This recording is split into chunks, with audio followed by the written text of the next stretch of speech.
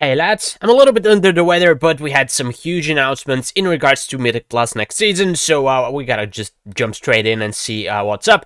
The link to this article is in the description of this video, if you want to go and check it for yourself.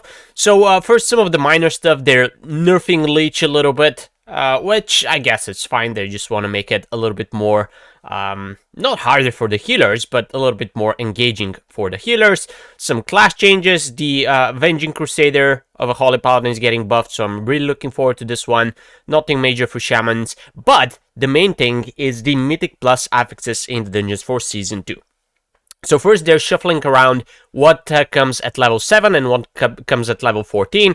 That's fine. We still don't know how those combinations are going to work with each other, but I don't think there's anything notable here. Raging and Bolstering are in different, are at the same pool, so that's fine.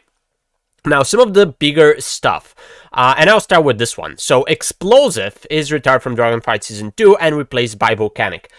I think this is actually very good, because the explosive affix they were trying to push was something that made the dungeon just, you were just playing explosive, right? That there's nothing else in the dungeon until you kill all the explosives. It doesn't matter if it's damage affix, if it shields the mobs, or if it's the healer who has to kill the explosives. When this happens, you go into that week, and all you do is kill explosive. You don't play the game, you don't play the dungeon, you kill the explosive. This is very tiresome, very boredom, and I don't think there's anyone who would say, I love the explosive, right? So I welcome this change very, very much.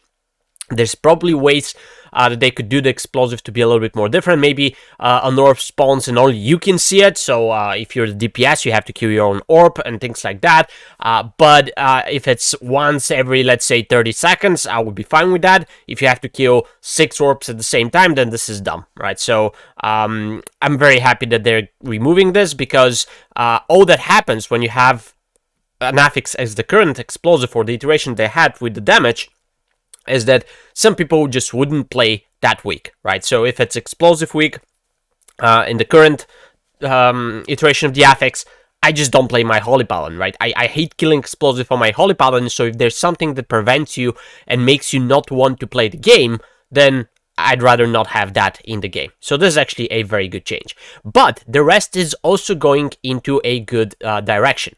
So the incorporeal beings are just fading away when not in combat. I'll point your attention first to this one. Afflicted no longer scares below 20, and Spiteful Shades health and damage no longer scare below after 20, which is very good, because some things become ridiculously high after 20. Currently, some of the keys, because it's Spiteful, all the damage that you heal basically is Spiteful Shades hitting your melee, and the damage is also reduced. So those are good changes. It's nice to have a cap, and it's nice that those will not scale once you go into really high keys. Raging is also getting nerfed. So far it was increasing the damage done by 50% from all the mobs until defeated, which made it very, very bad for, let's say, some pools in the Temple of the Jade Serpent with the Lesser Sha. Now it's a little bit different, because the enemies become immune to crowd control effects for 20 seconds when they reach 30% health. Now, I'm not sure what that means, so obviously you cannot stun them, you cannot sheep them, etc., but maybe you can still interrupt them. If that's the case, that would be a very nice change. If you cannot interrupt them, then that's going to be really bad, because there are casts that you're just not allowed to let go of, right? So I'm fine with this. You can time that you kill them up, remaining 30% health without stuns or anything, as long as you can still interrupt them. This is quite a welcome change. Bolstering no longer increases the health of the affected enemies. It was health and damage before. So now when you bolster something, it's going to do more damage, but it's not going to get that extra health, which means that you'll be able to DPS it down faster, which is another pretty good change. I would say when they were bolstering weeks, some pulls would just be impossible, because, you know, there's like a big mob that you bolster to infinity, and then you fight for it for like a boss fight, right? So this is also a very good change. Sanguine Ichor Puddles now last for 12 seconds. It was 20 before, so that's another good change. Maybe reduce a little bit the Sanguine healing, and especially for those mobs that just get stuck into a Sanguine pool, this will be a welcome change. And the last one is the entangling. The effect is being reduced to 30% instead of 50, the slow effect that is, and there are some visuals to make this better.